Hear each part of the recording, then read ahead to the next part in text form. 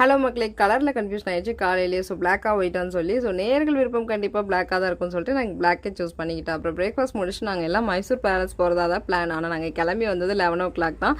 So எப்படி பார்த்தாலும் நாங்கள் போகிறதுக்கு ஒரு 5 hours அப் அண்ட் டவுன் ஆயிரும். அதுக்கப்புறம் சுற்றி பார்க்குறதுக்கு அப்படி இப்படின்னு 10 hours ஆயிரும். பஸ்ஸை மிஸ் பண்ணிடுவோம் அப்படின்னு சொல்லிட்டு நாங்கள் பிளானை சேஞ்ச் பண்ணிக்கிட்டோம்.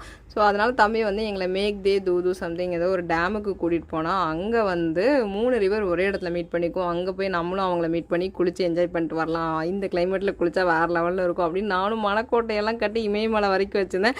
பட் அங்கே என்ட்ரன்ஸ்லேயே வந்துட்டு எங்களை அலோவ் பண்ணல. தண்ணி ரொம்ப இருக்கும், உள்ளே யாரும் அலோவ் பண்ண மாட்டாங்க அப்படி சொல்லி திருப்பி அனுப்பிச்சிட்டாங்க. அப்புறம் அந்த புண்பட்ட மனசோட வந்து ஒரு கெஃபே லான்ச்சில் வந்து காஃபி அப்புறம் ஐஸ் டீ அந்த மாதிரிலாம் சாப்பிட்டு சிக்பெட் போனோம். அப்போவும் சொன்னால் சிக்பெட் போகாதீங்க, இன்றைக்கி பயங்கர ரஷ்ஷாக இருக்கும்னு சொல்லி.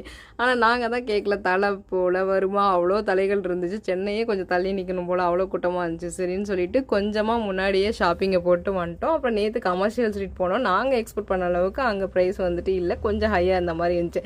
ஸோ நெக்ஸ்ட் டைம் எம்ஜி நகர் அந்த மாதிரிலாம் கவர் பண்ணணும்னு நான் நினைக்கிறேன். இது இல்லாமல் இன்னும் வந்து அங்கே என்னென்ன ஷாப்பிங் இருக்குது அப்படின்னு சொல்லி பெங்களூரியன்ஸ் யாராவது பார்த்தா சொல்லுங்கள்.